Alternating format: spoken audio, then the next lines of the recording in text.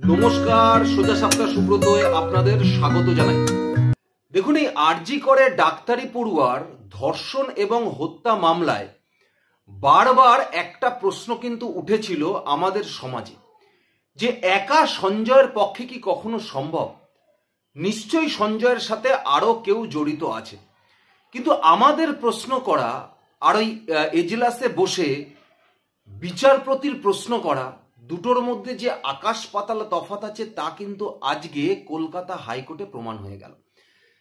দেখুন, কলকাতা হাইকোর্টে আজকের এই শুনানিতে সিবিআইকে যে একাধিক প্রশ্নের সম্মুখীন হতে হবে তা আমরা আগে থেকেই জানতাম, কিন্তু প্রথম প্রশ্নেই বিচারপতি তীর্থঙ্কর ঘোষ যে সিবিআই এর প্যান্টের দড়ি আলগা করে দেবে তা হয়তো আমরা বুঝে উঠতে পারিনি। আজকে ঠিক সেটাই হলো।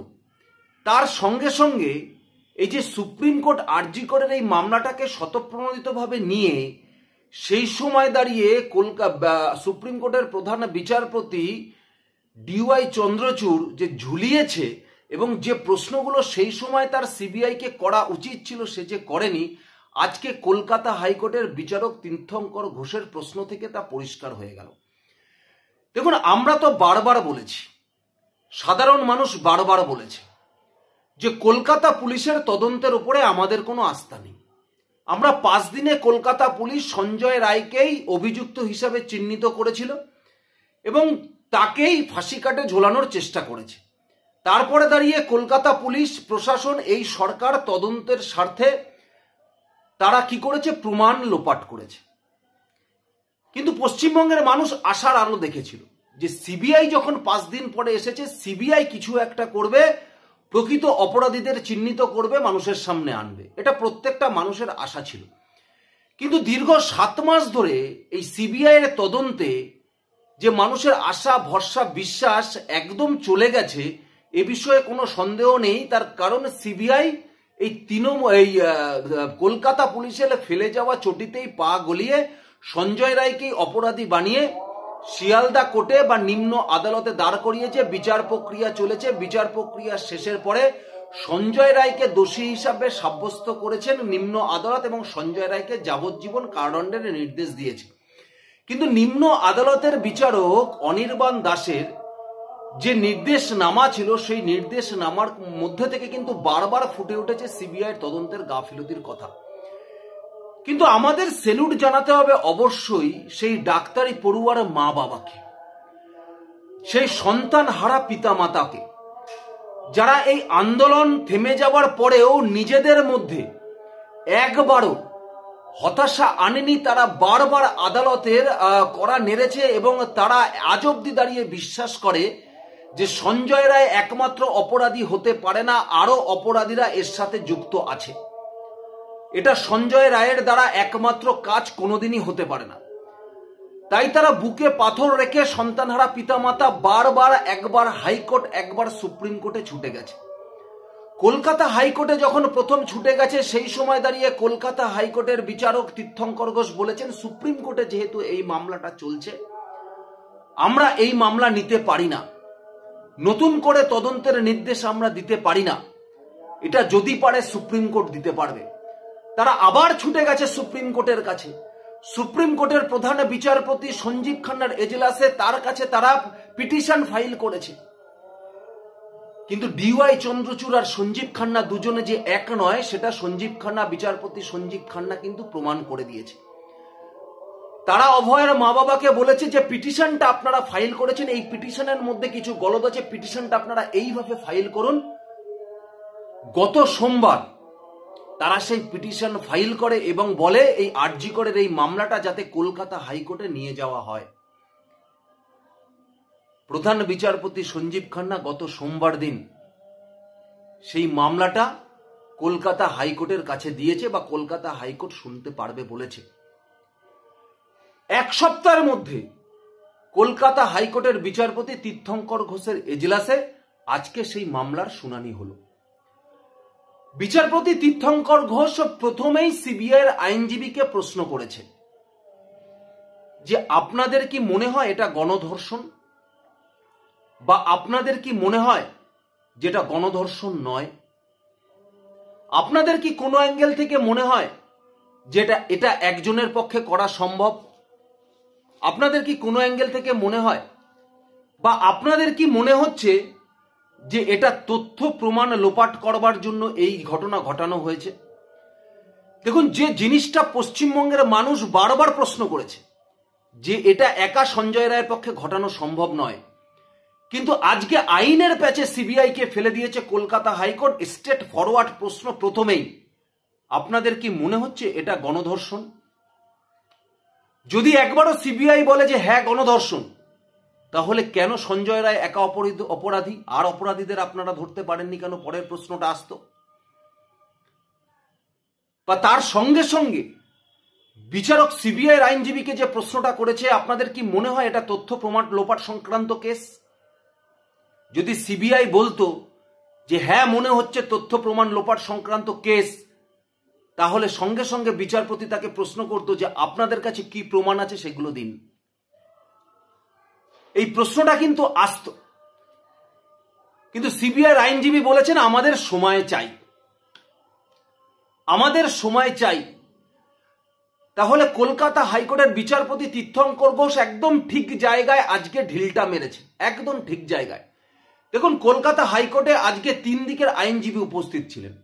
একটা নির্যাতিতা বাবা মার দিক থেকে আইনজীবী উপস্থিত ছিলেন, সিবিআইয়ের দিক থেকে আইনজীবী উপস্থিত ছিলেন, এবং রাজ্য সরকারের দিক থেকে আইনজীবী উপস্থিত ছিলেন। রাজ্য সরকার প্রত্যেক মুহূর্তে বলে না যে আরজি করের ঘটনায় সঠিক অপরাধীরা চিহ্নিত হোক, আমরা চাই তাদের ফাঁসি হোক। এমনকি সঞ্জয় রায়ের যাবজ্জীবন হওয়ার পরে সঙ্গে সঙ্গে কলকাতা হাইকোর্টে এরা ছুটে গেছিল সঞ্জয় রায়ের ফাঁসি চাওয়ার জন্য।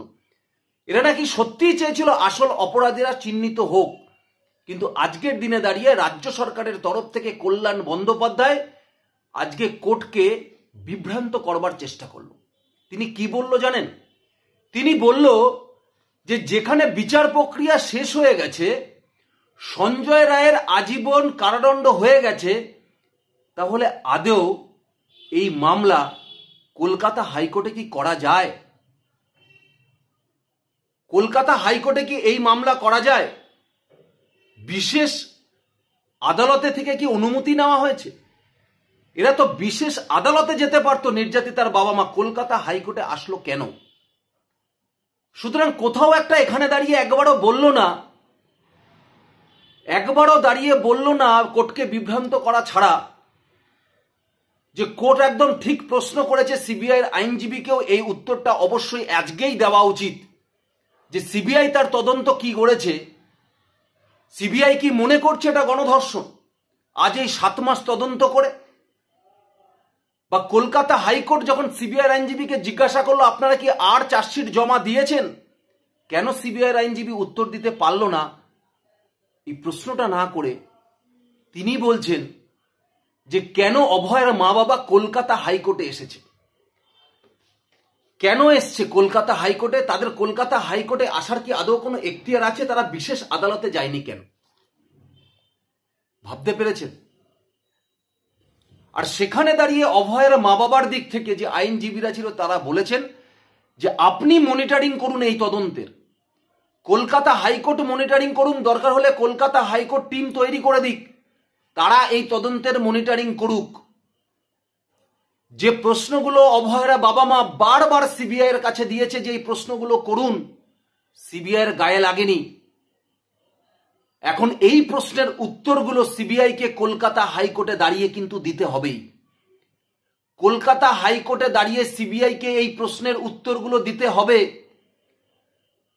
আজকে অভয়ের আইনজীবীরা প্রশ্ন করেছে কেন সিবিআই তদন্ত হাতে নিয়ে প্রথম অবস্থাতেই সেই ডিপার্টমেন্টে যারা সেই মুহূর্তে চাকরি করছিল বা কর্মরত অবস্থায় ছিল তাদেরকে ডেকে কেন জিজ্ঞাসাবাদ করেনি?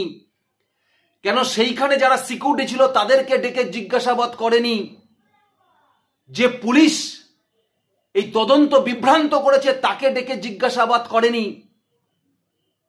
সিবিআই এর কাছে কিন্তু আইনজীবীর কাছে আজকে কোনো উত্তর ছিল না, তারা সময় চেয়েছে। তার মানে প্রশ্ন বানে সিবিআই পড়েছে। এই প্রশ্নের উত্তর কলকাতা হাইকোর্টে সিবিআইকে দিতে হবে, যে প্রশ্নের উত্তর এতদিন তারা অভয়ের বাবা মাকে দেয়নি।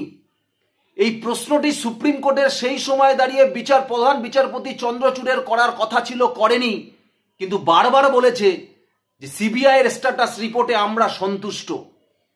আজকে কলকাতা হাইকোর্ট কিন্তু সিবিআই এর স্ট্যাটাস রিপোর্ট চায়নি, ডিরেক্ট তাদের কাছ থেকে কেস ডায়েরিটা চেয়েছে, যে আপনারা কোন কোন ধারা দিয়েছেন, কি কেস করেছেন, তদন্ত কত দূরে গিয়েছেন, আপনারা কেস ডায়েরিটা আমার কাছে দিন।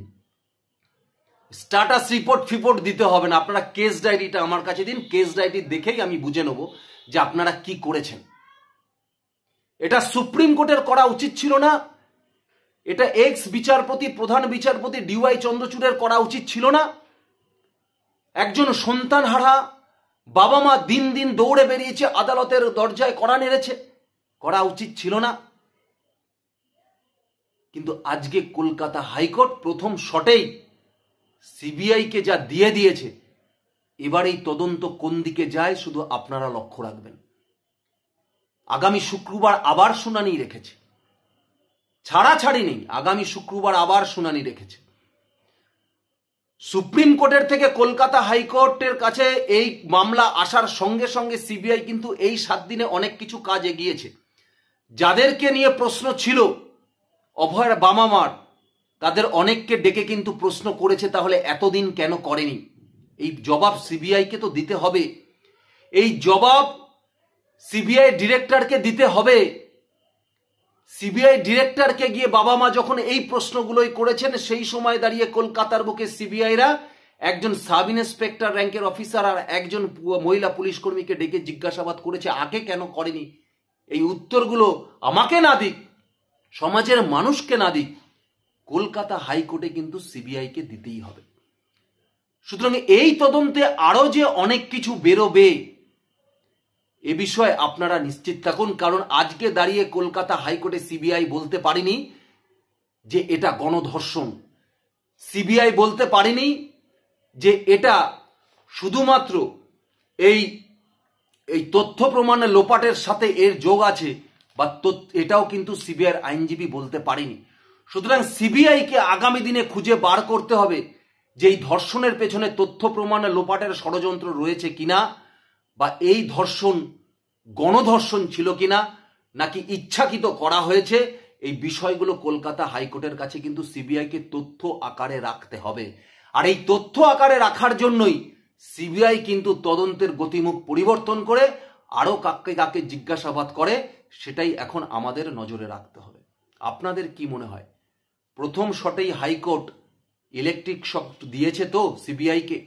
প্রথম শটেই হাইকোর্ট সিবিআই এর আইনজীবীর পাজামা ঢিলা করে দিয়েছে তো? সিপিএম এর তদন্তকারী অফিসারদের টনক নড়ে গেছে তো?